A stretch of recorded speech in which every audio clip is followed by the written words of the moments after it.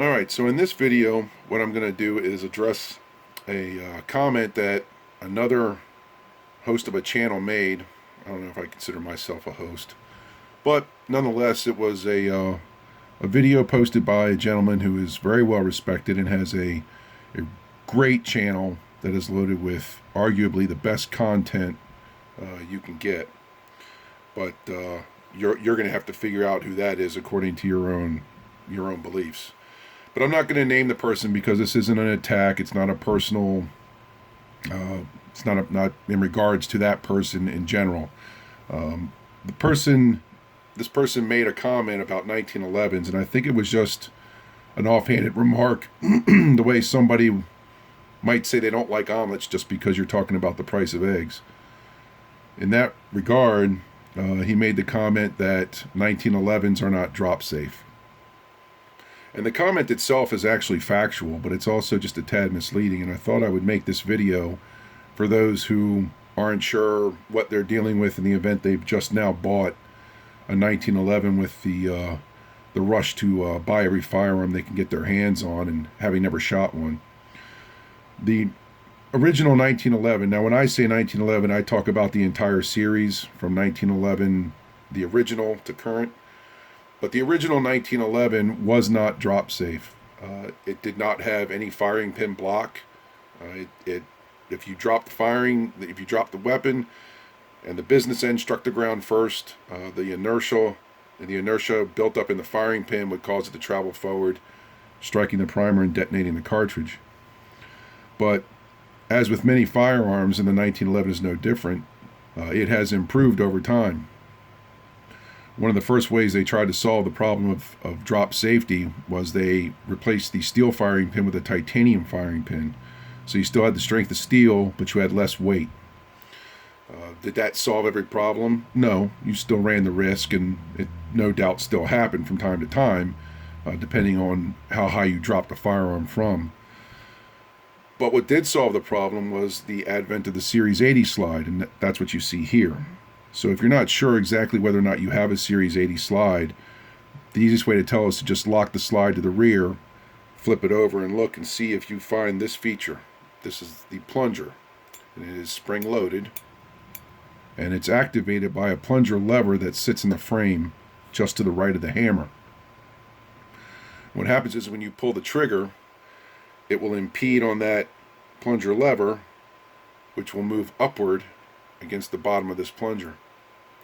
And when that plunger has moved a set distance into the slide, it will stop bisecting the firing pin, which will then travel forward, striking the primer and detonating the cartridge.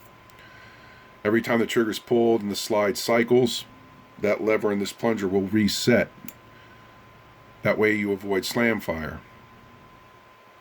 Now the thing to keep in mind is, because this plunger bisects the firing pin, which is being held back by a spring, will not travel forward.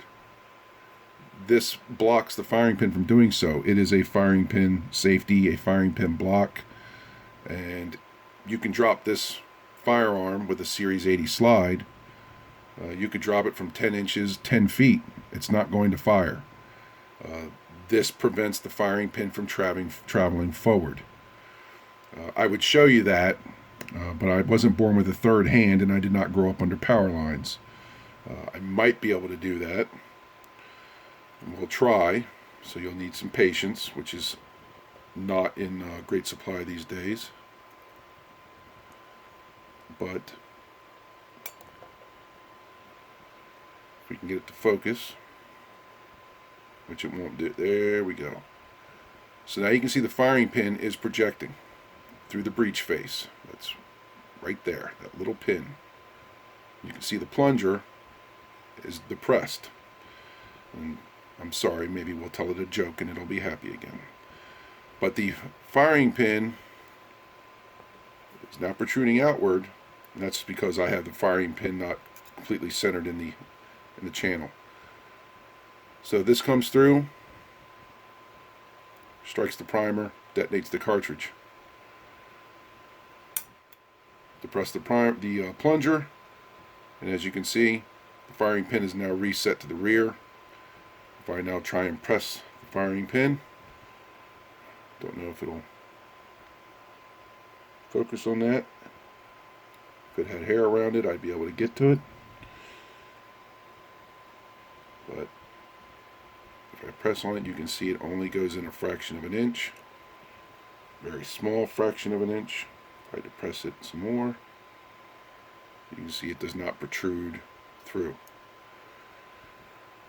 So the idea that 1911s are not drop safe, yes, that's true.